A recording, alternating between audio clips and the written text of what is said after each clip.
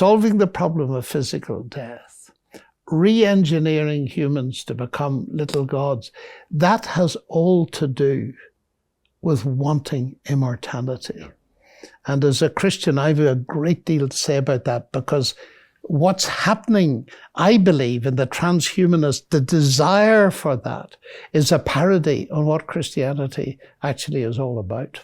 This business of what's hardwired into human beings, version 101, so to speak, I think is vastly important. And many years ago, I came across that idea in the moral sense. C.S. Lewis talking about in his book, and it's relevant to what we're talking about at the moment, The Abolition of Man, as an appendix at the end, where he points out that all around the world, look at every culture, they may differ, but they've got certain moral rules in common.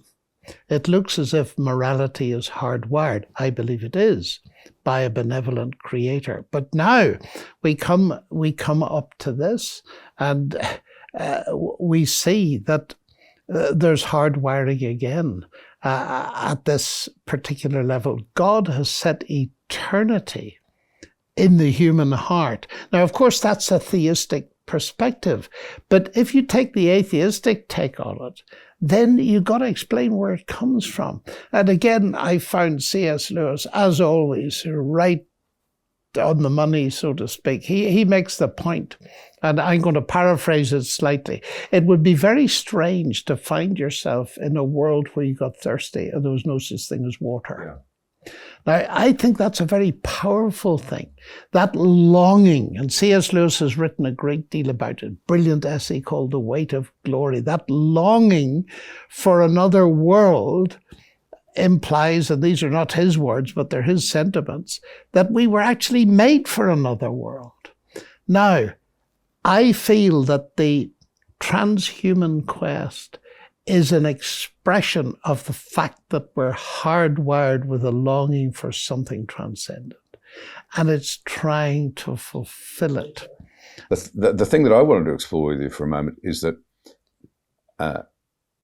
I think that a lot of people are at the point where they don't, it requires a lot of energy, quite a bit of anguish to say, I'm going to make some tough decisions about what I really believe.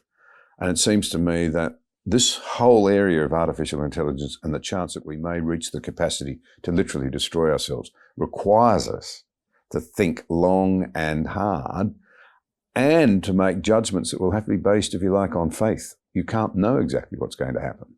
So you see, if you want to say, well, it requires a lot of faith to believe in, to think through whether I believe in a God, I would have thought this whole area presents just as great a challenge.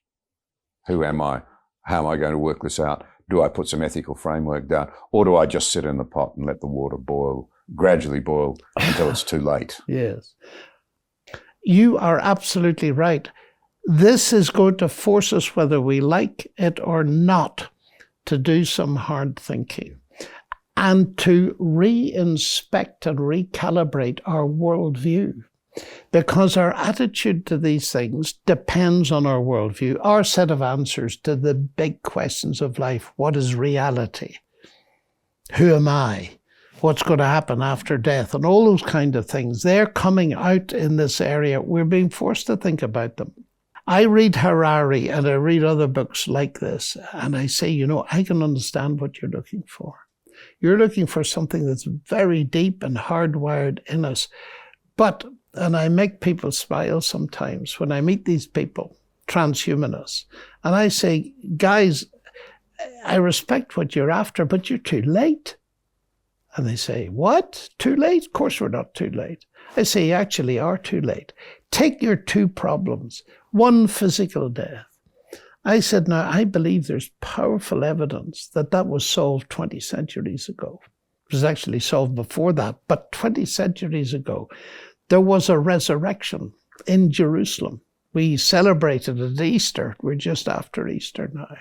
And as a scientist, I believe it for various reasons that we can discuss. But the point is that if Jesus Christ broke the death barrier, that puts everything in a different light. Why?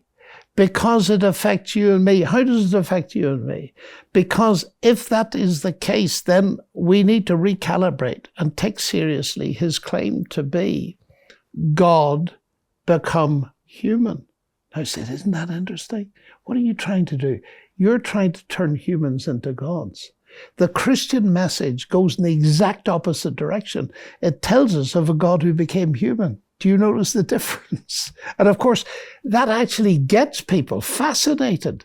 I say, you are actually taking seriously the idea that humans can turn themselves into gods by technology and so on. Why won't you take seriously the idea that there is a God who became human? Is that any more difficult to do?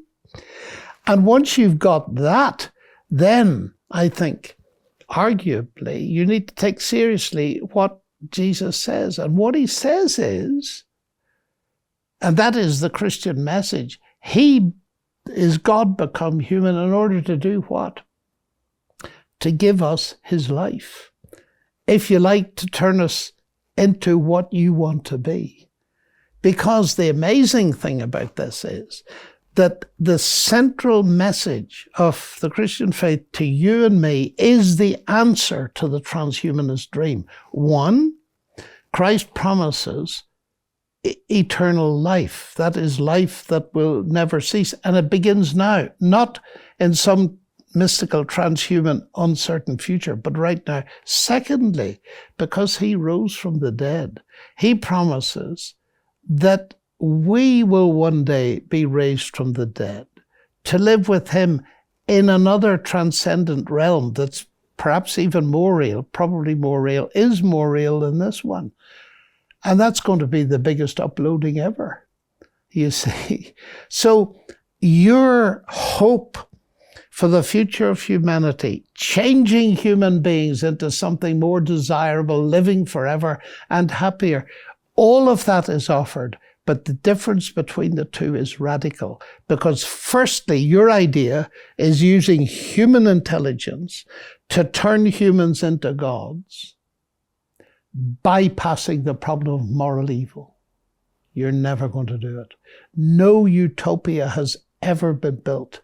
I believe even more strongly than ever that we've got, as Christians, a brilliant answer and a message to speak into this that crosses all the boxes, but it means facing moral reality, which is exactly at the heart of the scariness with which some people approach these issues.